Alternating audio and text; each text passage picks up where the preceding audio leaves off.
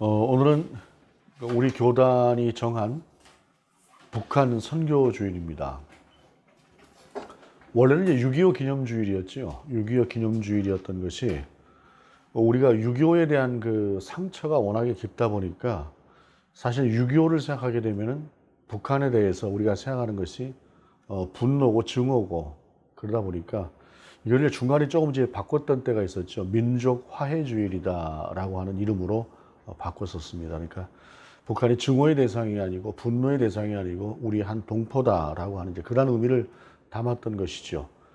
그러다가 이제 우리 교단 같은 경우는 최근 들어서 북한 선교주일이다라고 하는 이름으로 그걸 정식이 바꿨습니다. 그러니까 북한도 우리가 선교해야 될 대상이고 무엇인가 우리가 그 북한에 대해서 역할을 감당해야 된다라고 하는 것이 다른 것들보다도 영적인 의미, 정말로 하나님을 모르고 살아가는 저 땅에 하나님의 복음이, 주 예수 그리스도의 복음이 들어감으로 말미암아 그 땅이 변화될 것들에 대한 기대와 기도를 하자라고 하는 것이 이제 북한 선교주일이죠. 모든 지정된 날에는 이제 의미들이 있겠습니다만은 북한 선교주일이 민족 화해주일에서 북한 선교주일로 가게 된 것도 사실은 어떻게 보면 이제 우리 안에 아직 풀리지 않는 그런 앙금들이 있었다라고 하는 것을 보여주는 그러한 것들이기도 합니다. 지난주에 우리가 이제 그리스도인으로서의 화평과 소망이다라고 하는 이제 그런 제목으로 말씀을 나눴습니다만 오늘은 또 그리스도인이 이제 평화를 이루는 삶이라고 하는 제목으로 오늘 본문의 말씀을 통해서 함께 은혜를 나누고자 합니다. 오늘 이제 본문의 말씀을 보게 되면 14절 내 형제들아 만일 사람이 믿음이 있노라 하고 행함이 없으면 무슨 유익이 있으리요 그 믿음이 능히 자기를 구원하겠느냐라고 하는 말씀을 우리 가운데 주고 있습니다. 그러니까 믿음이라고 하는 것은 행함으로 드러나야 된다라고 하는 것을 말씀하는 것이죠. 사실은 신앙과 삶이라고 하는 것은 떨어뜨릴 수가 없는 그러한 부분임에도 불구하고 사실은 이제 이 말씀 때문에 종교개혁 당시에 루터와 같은 사람은 야고보서 자체를 성경으로 제대로 인정을 안 하는 마음들을 많이 가지고 있었습니다. 그래서 오죽하면 지푸라기 서신이다라고 하는 그러한 이름으로 이것을 부르기도 했어요. 지푸라기 같은 것이 있다는 것이죠. 어떤 끈이나 열매나 이런 것들이 있는 것이 아니고 왜 그랬을까 하는 것을 생각해 보게 되면 당시에는 이제 교회, 특히 이제 교황청의 권한이라고 하는 것이 하도 세다 보니까 교황청이 보통 이제 성도들을 향해서 이렇게 해야 된다, 저렇게 해야 된다라고 하는 것들을 이제 많이 이야기들을 했고 특별히 이제 베드로 성당을 건설하는 과정에서 모금을 해야 되는 과정에서 이제 죄를 사하는 권세가 교회가 가지고 있다. 그러니까 이 교회가 가진 권세를 가지고 면죄부라고 하는 것들을 팔게 되면서 이 면죄부를 사게 되면은 면죄부를 사는 순간에 그리고 면죄부를 사느라고 동전을 딱 떨어뜨리는 그 순간에 내가 염려하고 걱정했던 어느 한 영혼이 연옥에서 천국으로 땡그랑 소리와 함께 들어갈 것이다 라고 하는 쪽에까지 이게 이제 그런 주장들까지 하게 되었었어요. 그러다 보니까 행위라고 하는 것 자체를 굉장히 중요하게 생각을 했고 그 행위라고 하는 것 중에서도 특별히 교회가 이야기하는 이런 것들에 대해서는 그 자체를 행할 때에 구원을 받거나 행하지 않을 때에 구원을 받지 못한다라고 하는 그러한 가르침이라고 하는 것들이 굉장히 컸기 때문에 루터의 생각에서는 그게 아니었잖아요. 루터가 받았던 로마서 1장 17절의 말씀 구원은 믿음에서 믿음으로 이루게 한다라고 하는 그 말씀. 그러니까 믿음이 구원을 이루게 하는 것인데 어떻게 그 행함이라고 하는 것을 통해서 사람이 구원을 받느냐라고 하는 그러니까 그 행위를 강조하고 행위 뒤에 있는 그 행위를 통해서 성도를 통제하고 교권을 강화하는 거기에 대한 트라우마 같은 것들이 루터에게 있었던 것이죠. 그러다 보니까 행위라고 하는 것 자체에는 아주 알러지 반응을 일으켰던 것이에요. 더군다나 바울 같은 경우에도 바울의 서신들 쭉 보게 되면 구원은 오직 믿음으로 얻는 것이다 라고 이렇게 얘기를 하면서 행위로 구원 얻는 것이 절대 아니다 라고 하는 것을 굉장히 강조를 해요, 바울이. 그러니까 루터는 그것을 그대로 가져왔던 것이죠.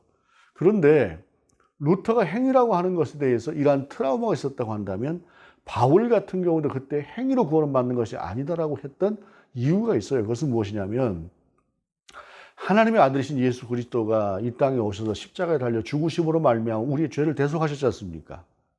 그러면 이것이 퍼펙트한 것이고 완전한 것이고 100점이 돼야 되는 것이죠. 구원의 조건에 있어서는 우리 주 예수 그리스도의 십자가의 공로가 우리를 구원하는 100%가 되어야 하는데, 유대인들 같은 경우에는 1000년을 넘게 내려오는 전통이라고 하는 것이 있었어요.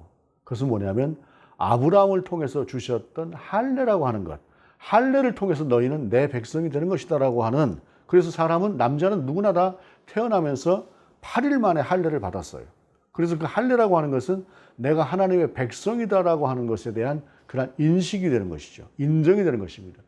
그래서 할례는 당연히 받아야 되는 것이에요. 그런데 이 할례조차도 바울은 예수 그리스도의 구원에 있어서 이것은 전혀 효과가 없는 것이라는 것이에요. 구원은 오직 예수 그리스도로만 100% 되는 것이고 나머지는 어떤 것도 영향을 줄 수가 없다라는 것인데, 사람들의 생각은 할례를, 그래도 아무리 우리가 믿음으로 구원받는다고 해도 할례도 받아야 구원을 받는 것이지 라고 하는 생각이 컸고, 더군다나 모세를 통해서 주셨던 하나님의 율법들, 그 율법이 있음으로 인해서 이스라엘 백성은 자신들이 하나님의 백성이라고 하는 그 큰 자긍심을 가지고 살았는데, 그 율법으로도 구원받는 것이 아니다 라고 바울이 이야기하니까, 어떻게 그렇다고 예수 그리스도의 십자가만 가지고 우리가 구원을 받을 수가 있어? 율법도 좀 지키고 할례도 받아야 되는 것이지, 이런 생각들을 하고 있었어요. 그러다 보니까 우리 주님이 십자가에 달려 죽으신 그 십자가의 은혜라고 하는 것이 완벽한, 완전한 것이 되지가 않고 불완전한 것이 될 수 있는 그러한 요지가 있는 것이에요.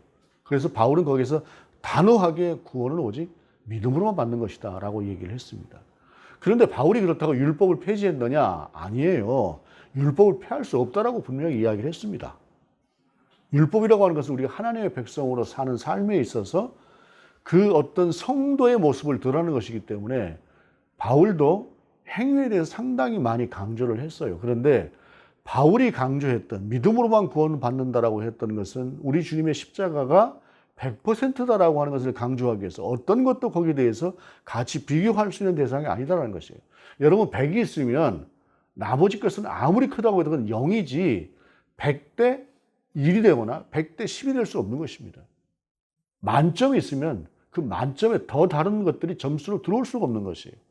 바울은 그것을 강조했던 것이고, 루터는 그러한 바울의 생각을 따라서 더군다나 그가 가지고 있었던 교회가 행위를 통해서 자꾸 성도를 힘들게 하고 성경이 아닌, 하나님의 뜻이 아닌 다른 쪽으로 가는 것들에 대한 그러한 트라우마를 가지고 행위라고 하는 것 자체를 갖고 강조하는 야고보서를 지푸라기 서신이다라고까지 이렇게 폄하를 했던 것이다라는 것입니다. 그러나 이제 그러한 모든 과정들을 거치고 우리가 예수 그리스도의 복음으로 우리가 구원을 받는 것이지만, 그러나 신앙에는 삶의 행위라고 하는 것이 당연히 나오게 된다라고 하는 것을 이미 우리가 알고 있는 그러한 상태에서 오늘의 말씀은 우리가 신앙인으로서 당연히 살아야 되는 어떤 삶의 자세다라고 하는 것을 우리가 다시 한번 확인할 수가 있는 것이라는 것입니다. 그러면서 15절에 보게 되면, 만일 형제나 자매가 헐벗고 일용할 양식이 없는데 너희 중에 누구든지 그에게 이르되 평안히 가라, 덥게 하라, 배부르게 하라 하며 그 몸에 쓸 것을 주지 아니하면 무슨 유익이 있으리요? 라고 말씀하고 있어요. 한때 이단인 어떠한 무리들이 어느 정도까지 우리가 예수를 믿으면 구원을 받고 다른 어떤 것도 필요가 없다, 그래서 자유를 얻는다 라고 하면서 살았느냐면은, 그냥 부부가 아닌 다른 여자하고 간통을 하면서도 우리는 아무 이게 문제가 되지 않는 거야. 이미 우리는 구원을 받았기 때문에 이런 행위 자체가 우리의 구원에 전혀 영향을 주지 않는 거야 라고 하면서 그야말로 방탕한 모습까지도 그것이 그리스도인에게 주어진 자유다라고 하는 그러한 생각으로 이야기를 하고 살았던 그러한 자들도 있었습니다. 오늘 본문에 나오는 것처럼 굉장히 극단적입니다만은, 오늘 본문이 이야기하죠. 누가 배가 고파요. 먹을 것이 없어서 배가 고파요. 그러면은 그 사람 보고 어떻게 해야 됩니까? 그 사람을 향해서 내가 해야 될 것은 찬밥 덩어리라도 하나 그 사람에게 주면서, 얼마나 배가 고파요, 이거라도 좀 드시면서 요기를 하시면서 힘을 내세요라고 이야기를 하는 것이 맞는 것이지, 아이고 얼마나 배가 고파, 집에 가서 빨리 가서 밥 먹어, 집에 가면 쌀이 없는 사람 보고 그렇게 이야기를 한다고 한다면 이 사람을 보고 정당한 그리스도인이다 라고 이야기할 수가 없겠죠. 그리고 그 사람에게 집에 가서 밥 먹으라고 하는 것은 이것은 비아냥거리는 것처럼 들릴 수가 있는 것이지 사실 그렇고요. 어떤 사람에게 염장을 지르는 그러한 행동이 되는 것이지 결코 그것이 상대를 유익을 주는 것이 아니지 않습니까? 춥고 헐벗은 사람이 있게 되면 내가 가진 헌옷이라도 하나 주면서 이거라도 좀 입으라고 그 사람에게 주는 것이 마땅한 것이지, 아유 빨리 가서 옷 사 입어 추운데, 이렇게 이야기를 하는 사람이라고 한다면 그 사람이 과연 믿음이 있는 사람, 상대에 대해서 존중감을 가지고 이야기하는 사람이겠느냐라고 하는 것을 본문은 이야기하고 있는 것이라는 것입니다. 배고픈 사람에게는 작은 것이라도 나눔을 주어서 그가 한 끼라도 좀 배불릴 수 있도록, 배를 채울 수 있도록 돕는 것이 사랑이고, 헐벗은 사람이 있다고 한다면 내가 가진 것 중에 작은 것이라도 하나 나누어서 그 사람으로 하여금 그 추운 것을 모면할 수 있도록, 조금이라도 좀 도움이 될 수 있도록 나눠주는 것이 사랑이고, 그것이 실제인 것이지 그렇지 않고 입으로만 한다라고 하는 것은 그것이 무슨 의미가 있겠느냐, 아무런 의미도 없다라고 하는 것을 이야기하는 것이죠. 또한 믿음도 마찬가지다는 것입니다. 우리가 믿습니다 라고 이야기를 하면서 사는 것은 엉망이다라고 한다면 내 안에 있는 그 믿음이라고 하는 것이 옳은 믿음이겠느냐라는 것입니다. 그렇다고 해서 그 믿음이라고 하는 것이 우리 안에 있다고 해서 우리의 삶이 완전한 삶을 살아야 된다라고 하는 의미는 아닙니다. 좀 극단적인 예가 될 수 있겠지만은 다윗의 경우를 한번 예를 들어 보시겠습니다. 다윗이 하나님의 사람으로 잘 살았습니다. 잘 살았는데 어느 순간에 다윗이 모든 것이 안정되고 나니까 그 안에 죄가 들어와요. 그 죄가 들어왔던 그 죄 중에 이런 죄가 있지 않습니까? 어느 날 왕궁 옥상을 쭉 거닐다 보니까 한 여인이 목욕을 하고 있어요. 목욕을 하고 있는 그 여인을 보니까 너무 아름다웠습니다. 그래서 그 여자를 불러가지고 품었어요. 남의 여자인데 품었습니다. 이것도 죄지요. 이것도 죄인데 더 큰 죄는 그 다음에 벌어지게 됩니다. 이 여인이 그만 잉태를 하고 말았어요. 생명을. 그랬더니 아무리 왕이라도 남의 여자를 취했다고 하는 것이 세상에 알려지고 나면 자기 자신이 어떻게 되겠습니까? 위신이라고 하는 것이. 그러니까 급히 다윗이 계교를 쓰지요. 그 여자는 우리아라고 하는 장수의 아내였는데 그 우리아는 현재 전쟁 중에 있었습니다. 급하게 우리아를 불렀습니다. 급하게 우리아를 불러가지고 전쟁은 어떻게 됐느냐라고 하는 걸 묻는 척하면서 빨리 집에 가서 자라.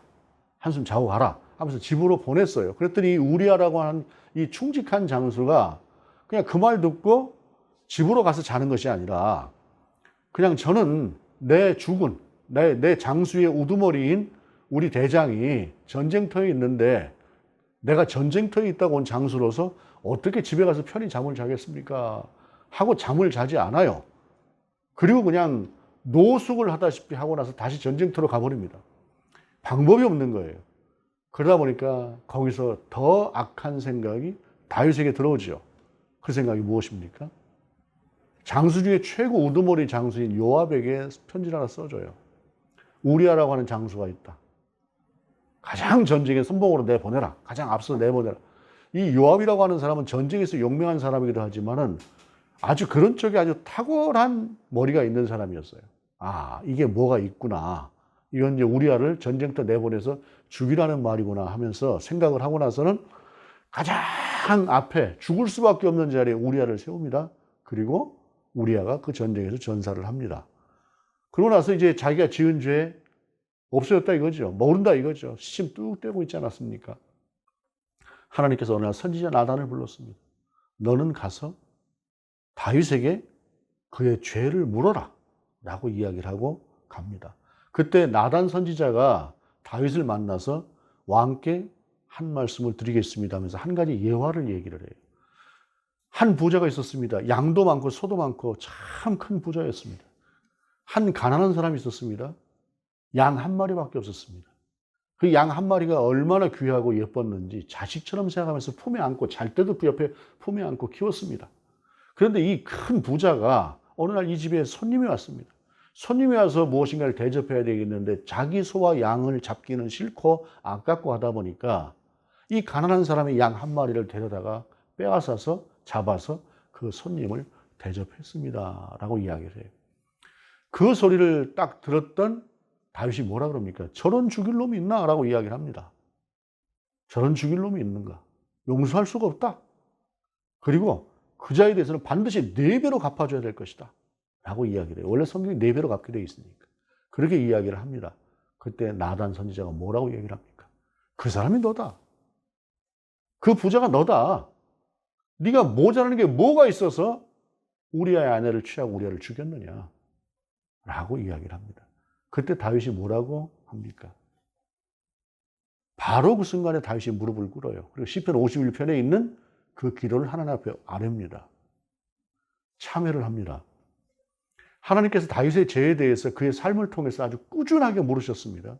다윗은 그의 죄로 말미암아 그가 사는 동안에 철저하게 징계를 하나님 앞에 받습니다. 그러나 하나님이 그의 생명을 취하지는 않으셨고 그를 용서하셨습니다. 여러분, 믿음이라고 하는 것은 제가 서두에 다윗의 예라고 하는 것이 좀 지나치게 극단적이다라고 이야기를 했습니다만은 믿음을 가진 사람도 실수할 수 있고 때로는 범죄할 수도 있습니다. 그러나 중요한 것은 우리 안에 믿음이 있다라고 하는 것은 다시 돌이킬 줄 아는 것입니다. 한마디로 복원력이라고 하는 것이 있다는 것입니다. 사울처럼 자기 자신을 지키기 위해서 하나님의 뜻이 있는 다윗조차도 죽이려고 끝없이 했던 그러한 사람이 아니라 하나님이 응답하지 않으니까 그저 귀신 부리는 신접한 여인을 찾아가서 그에게 묻는 그러한 모습이 아니라 다윗은 그 앞에서 철저하게 회개를 했습니다. 그리고 그의 죄에 대해서 죄의 대가로 그의 삶을 통해서 끝없는 고통을 또한 함께 받아야 했습니다. 여러분, 우리가 그리스도인으로 살고 그리스도인으로서 행위가 있다라고 하는 것은 삶에 있어서 우리의 선한 것이 드러나는 것도 있지만은, 그러나 우리가 무엇인가를 잘못하고 죄악을 저질렀다고 할 때에 그 죄악을 회개할 줄 아는 사람이고 하나님 앞에 돌이킬 줄 아는 것까지 포함하는 것이 바로 그리스도인이 삶으로 드러내야 되는 그러한 모습들이다라고 하는 것입니다. 그러면서 성경은 이야기를 합니다. 19절에 내가 하나님은 한 분인 줄을 믿느냐? 잘하는도다 귀신들도 믿고 떠느니라. 너희가 입으로 믿는다 하지. 그런데 귀신도 하나님을 알아 라고 이야기하는 거죠. 우리가 한 달 전에 보았던 말씀이 있습니다. 사도행전 16장에서 빌립보에 바울이 복음을 전하러 갔을 때에 그 빌립보 속에 보게 되면 한 귀신 들린 여종이 있었는데 그 귀신 들린 여종을 통해서 점을 치게 하고 그 점을 치는 것으로 수입을 잡고 있었던 사람들이 몇 명 있었죠. 그러니까 이 여종이 한 사람에게만 속하는 사람이 아니라 여러 명 주인이 있었던 것 같은데, 그때 그 귀신 들린 여종이 바울과 실라를 발견하지 않습니까? 바울과 실라를 발견하고 뭐라고 이야기를 합니까? 이 사람들은 지극히 하나님의 큰 종이다. 너희의 길을 알려줄 것이다. 라고 이야기를 해요. 여러분, 귀신도 제대로 귀신 들린 사람은 하나님의 영을 알아봅니다. 예수 그리스도의 영을 알아보는 것입니다. 여러분 신앙이 약간 좀 그렇게 성숙한 신앙, 큰 신앙이 아닐 수 있으나 분명히 여러분 안에 성령이 계시기 때문에 진짜 귀신 들린 자라면은 여러분들을 보고 여러분 안에 있는 하나님의 영을 알아봅니다. 여러분들은 못 봐도 귀신은 봅니다. 이것이 귀신도 본다고 하는 오늘의 말씀이라는 것입니다. 그게 중요하다는 것이 아니에요. 그 귀신 들린 여종이 이 사람들이 지극히 큰 하나님의 종이다, 하나님의 종이다 했을 때 그가 구원을 받습니까? 그것으로? 그가 하나님의 백성이 됩니까? 그렇지 않지요. 더군다나 그가 소리 지르는 그것이 복음을 전하는 파수꾼의 역할을 감당합니까? 바울이 너무 힘들었다는 거 아닙니까? 너무 그 소리가 힘들어서. 그러니까 귀신 들린 여종이 이 사람들은 지극히 큰 하나님의 종이다라고 했을 때에 그 소리가 옥구슬이 금쟁반 위에 은쟁반 위에 굴러가는 그러한 소리가 아니라 괴기한 소리 같은 것들이었다는 것이죠. 듣기 힘든 소리였다는 것이죠. 귀신에게서 나오는 소리는 그와 같다는 것입니다. 선한 것들이 나오는 것, 선한 모습이 나오는 것, 그렇게 사는 것, 이것이 그리스도인들의 삶이다라는 것입니다. 그러면서 20절에 허탄한 사람아 행함이 없는 믿음이 헛것인 줄을 알고자 하느냐 라고 이야기를 하면서 너의 믿음을 돌아보라는 것입니다. 네가 정말로 믿음 가운데 있는 것이 네 삶을 돌아보라 라고 하는 것입니다. 그러면서 이어지는 말씀입니다. 21절에 우리 조상 아브라함이 그 아들 이삭을 제단에 바칠 때에 행함으로 의롭다 하심을 받은 것이 아니냐 라고 말씀하고 있습니다. 이것도 오늘의 시각에서 보면 대단히 극단적이죠. 아브라함이 하나님께서 어느 날 아들을 너에게 줄 것이다 라고 이야기하지 않으셨습니까? 그래서 아들을 기다렸어요. 아들을 기다렸는데 하나님이 아들을 안 주시는 것이죠. 그러니까 이거는 내 아내 사라를 통해서 주시겠다는 것이 아닌가 보다 하고 사라의 여정 하갈을 취해서 아들을 낳지 않습니까? 그래서 낳은 것이 이스마엘이지 않습니까? 근데 하나님 말씀하시죠. 그거 아니다. 나는 너에게 사라를 통해서 아들을 주겠다. 라고 해서 꽉꽉 나이를 채워가지고 아브라함이 100세 됐을 때에 아들을 봤어요. 여러분, 그 긴 시간 동안 아들 줄 것이라고 기대했다가 이렇게도 해보고 저렇게도 해봤다가 태어난 아들 이삭을 보면은 얼마나 그 속에 기쁨이 있었겠습니까? 요즘 이런 말을 합디다. 목사님들 만나면. 손자를 낳아봐야 진짜 사랑은 안 돼요. 손자를 낳아봐야. 그래서 제가 속으로 그럽니다. 제 또래 이제 목사님들이 그러면서 조 목사도 빨리 그 손자를 봐야 될 텐데 그렇게 이야기를 하기에 제가 속으로 그래요. 당신들은 아들 낳고 딸 낳고 나서 그 아들, 딸이 얼마나 귀하고 예쁘고 사랑스러운지 표현하지 못하고 살았지. 나는 우리 애 낳고 우리 딸 낳고 내가 마음대로 표현하고 살았어. 속으로 그렇게 생각을 해요. 근데 이 친구들 보면은 손자, 손자 낳고 나면 프로필 사진 같은 것에 보게 되면 전부 걔네들로 도배를 하더라고요. 그러니까 그 아들하고 딸에게 어떤 사랑을 쏟지 못했던 그러한 것들을 그 손자, 손녀에게 이렇게 쏟는 그런 모습들을 보게 되는데 어찌되었든 간에 아브라함이 100세의 아들을 보았으니 그 애가 얼마나 귀하고 아름다웠겠습니까? 자기의 눈이라도 빼줄 만큼 사랑하는 그런 아들이 아니겠습니까? 근데 하나님께서 참 말씀하시죠. 네 아들 이삭을 제물로 바쳐라 라고 하나님 말씀하십니다. 참 그때 아브라함 심지가 어땠을까요? 마음이. 근데 아브라함이 바치지 않습니까? 하나님도 아주 세세요. 칼을 들고 딱 찌르려고 할 때까지 보시는 거예요, 그냥. 칼을 들고 진짜 찌르려고 하니까 그제서야 아브라함 하나님께서 부르시지 않습니까? 시험이긴 한데 참 하나님도 시험이 너무 세다 하는 생각이 사실 들지 않습니까? 근데 그걸 통해서 그가 아브라함이 분명히 믿음으로 의롭다라고 하는 것에 대해서 바울도 말씀하시지만 그러나 그 믿음으로 의롭다 함이라고 하는 것은 마지막에 이삭을 드릴 때에 그때 그 믿음이라고 하는 것이 합격점의 믿음이 되었다라고 하는 것을 오늘 야고보는 이야기를 하는 것입니다. 신앙이 있고 삶이 있습니다. 삶은 신앙에서 비롯되는 것입니다. 우리의 신앙은 분명히 삶으로 연결이 됩니다. 그런데 신앙이 있는데 삶이 없다? 전혀 다르다? 이것은 그 사람의 신앙에 대해서 다시 확인해야 되는 것입니다. 다윗이 자기 자신이 죄 가운데 있는 것도 모르고 막 살았던 것처럼, 막 나갔던 것처럼 혹시 그렇게 내가 살고 있는 것은 아닌가라고 하는 것들을 돌아보는 필요하다는 것입니다. 지난주에도 제가 잠깐 예화처럼 여러분에게 말씀을 드렸습니다만 지난주 금요일 날, 엊그저께 금요일 날, 그 지난주 금요일 날 탈북인 한 사람을 만났다고 제가 말씀을 드렸죠. 그 사람하고 이야기를 하는데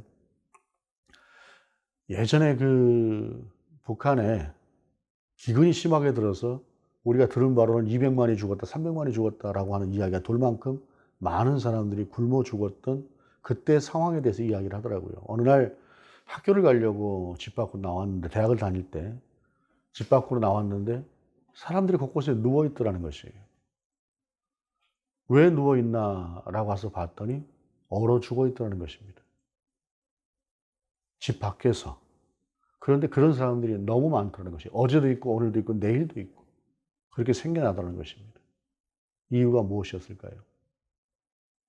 너무 굶어서 힘이 없으니까 밤길을 가다가 그 자리에 주저앉으면 그대로 죽었다는 것입니다. 그렇게 죽어가는 사람들이 200만이었다, 300만이었다라고 하는 그러한 말이 있어요. 그때 엄청나게 죽었답니다. 그러고 나서 이 죽은 시신을 어떻게 처리를 해야 되느냐? 처리를 할 방법이 없으니까. 여러분 10명 중에 하나가 죽은 것입니다. 서울 시민이 1000만이면은 1000만 명 중에서 100만 명이 죽은 것이에요. 시신을 어떻게 치울 수가 없으니까 어떻게 할 수가 없다 보니까 어떻게 했냐면은 이쪽 지역 있지 않습니까? 예를 들어서 우리가 지금 살고 있는 것이 강북구 아닙니까? 강북구에서 그 시신을 그냥 막 모아다가 무조건 모아다가 성북구에다 갖다 몰래 버리는 거예요. 성북구에는 또 그 시신을 그냥 이렇게 또 모아다가 그 옆에 있는 노원구에다 갖다 버리는 것입니다. 치울 능력이 안 되니까. 이랬던 때가 있었다는 것입니다. 그런 와중에도 이 고난의 행군이라고 하는 이름으로 지들의 권력을 놓지 않으려고 했던 그 북한 정권을 보게 되면 얼마나 악랄합니까? 그 죽어가는 데에도 불구하고 그 힘을 군사를 키우는데 키우게 쓰겠다고 하면서 그 돈들을 다 썼던 그들을 보게 되면 사실 용서가 안 되죠. 그런데 그때 우리가 인도주의적인 관점에서 그들에게 식량을 제공했을 때에 또 한편에서 이야기를 했습니다. 이 식량 갖고 나면 어디로 갑니까? 다 저놈들이 빼서 지들 군사를 키우는 데 씁니다. 라고 이야기를 하기로 했어요. 쉬운 문제는 아닙니다.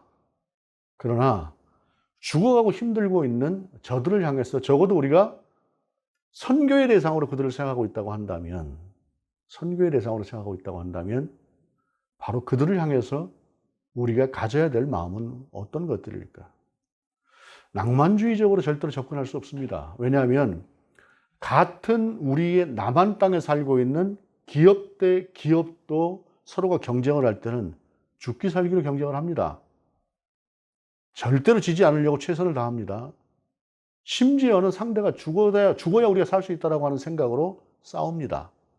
하물며 한 체제와 한 체제가 있는데 이것을 한 민족이다, 한 동포다라고 하는 낭만주의적인 생각으로만 바라보는 것은 어리석은 짓입니다. 그러나 그렇다고 할지라도 우리가 적어도 그들을 선교의 대상으로 생각하고 한 동포로 생각하고 있다고 한다면 우리는 어떻게 그들을 대해야 될 것인가? 라고 하는 것들에 대해서 우리는 깊게 고민하는 그 고민이 필요할 것입니다. 너의 행함으로 믿음을 보이라. 라고 하는 것처럼 우리의 삶, 우리의 자세라고 하는 것을 통해서 그들이 과연 선교의 대상인지 우리가 정복해야 될 정복의 대상인지 라고 하는 것들에 대해서 적어도 그리스도인들은 좀 깊은 고민이 있어야 할 것입니다. 6.25 기념주일, 한때 민족화해주일, 그리고 오늘은 북한 선교주일, 이 날을 맞이해서 우리는 이 말씀 앞에서 어떻게 저들과 함께 이 한 시대를 살아내고 또한 우리의 체제를 지킬 것인가 라고 하는 깊은 고민과 깊은 기도가 우리 가운데 함께 있기를 바랍니다. 기도하시겠습니다. 하나님, 북한 선교주일입니다. 우리 안에 참으로 만감이 교차하는 그러한 저 땅을 향해서 우리는 그리스도인 된 우리가 어찌해야 될 것인지, 하나님, 이 땅의 교회들, 이 땅의 그리스도인들, 우리들의 생각을 지도하여 주옵소서. 주 예수 그리스도의 이름으로 기도드립니다.